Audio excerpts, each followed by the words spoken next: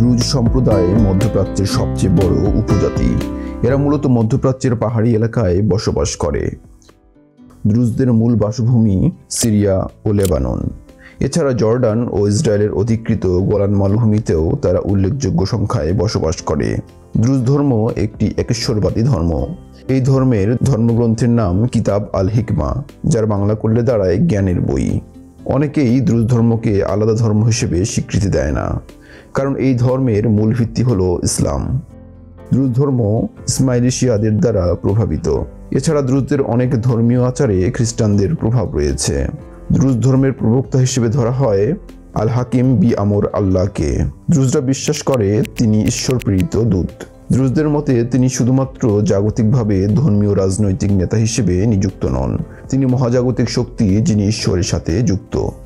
Druze নামটি এসেছে মুহাম্মদ বিন ইসমাইল আল দারাজি নাম থেকে। দারাজি শব্দটি ফার্সি। আল দারাজি ছিলেন প্রাক দ্রুজ যুগের একজন সাধু ও প্রচারক। প্রথম দিকে আল দারাজি গোপনে তার মতবাদ প্রচার করতেন। তিনি প্রচার করতেন সৃষ্টিকর্তা মানুষের মাঝে বিরাজ করেন। 1016 সালে আল দারাজি এবং তার অনুসারীগণ প্রকাশ্যে তাদের বিশ্বাস প্রচার করতে শুরু করেন এবং জনসাধারণকে তাদের এই ধর্মমত গ্রহণের ডাক দেন। ফলে তাদের বিরুদ্ধে দাঙ্গা শুরু হয়। এই কারণে প্রায় বছরখানেক আল দারাজির কার্যক্রম বন্ধ থাকে। 1018 সালে আল দারাজি আততায়ীর হাতে নিহত হন। এরপর বেশ কিছুদিন দ্রুজ আন্দোলন স্থগিত থাকার পর 1038 সাল থেকে দ্রুজ আন্দোলন আবার জেগে ওঠে। দ্রুজরা পুনর্জন্মে বিশ্বাসী। তারা বিশ্বাস করে পুনর্জন্মে আত্মা একজনের শরীর থেকে অন্যজনের শরীরে প্রবেশ করে এবং সর্বশেষ পুনর্জন্মের পর তাদের আত্মা কসমিক মাইন্ডে একত্রিত হয়। দ্রুজরা কোরআন, বাইবেল, তোরা সবই পড়ে, কিন্তু গুরুত্ব দেয় তাদের কিতাব হিকমাকে। তাদের মতে পূর্বের সকল ধর্মই সত্য, কিন্তু তা এখন আর প্রযোজ্য নয়। জন্মসূত্র ছাড়া কেউ এই ধর্মে ধর্মান্তরিত হতে পারে না। লেবানন ও সিরিয়াতে দ্রুজরা আলাদা ধর্মীয় সম্প্রদায়ের মানুষ হিসেবে স্বীকৃত। নিজ সম্প্রদায়ের প্রতি দ্রুজদের আনুগত্য প্রবল। যে কোনো ধর্মীয় অনুষ্ঠানে দ্রুজরা সাধারণত কালো পোশাক এবং সাদা টুপি পরিধান করে থাকে। পৃথিবীতে দ্রুজ অনুসারীদের সংখ্যা 10 লাখেরও বেশি।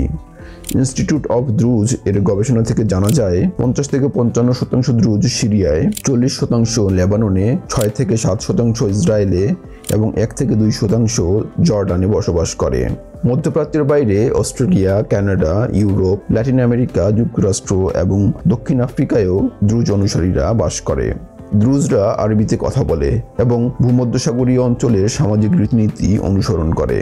সিরিয়ায় বসবাসরত দ্রুজরা অধিকাংশই সিরিয়ার সাবেক প্রেসিডেন্ট বাশার আল আসাদকে সমর্থন করত। ইসরায়েলি দ্রুজদের অনেকে ইসরায়েলের সেনাবাহিনীর অংশ হয়ে লড়াই করে। ইসরায়েলি সেনাবাহিনী ও বেনিয়ামিন নেতানিয়াহুর সরকারে দ্রুজদের যথেষ্ট প্রভাব রয়েছে। ধারণা করা হয় ভবিষ্যতে লেবানন, সিরিয়া ও ইরানের সাথে ইসরায়েলের সংঘাত হলে দ্রুজদের ভূমিকা হবে সবচেয়ে গুরুত্বপূর্ণ, কারণ লেবানন, সিরিয়া হতে ইসরায়েলে প্রবেশ করতে গেলে দ্রুজদের অধিকৃত পর্বত দিয়ে যেতে হবে।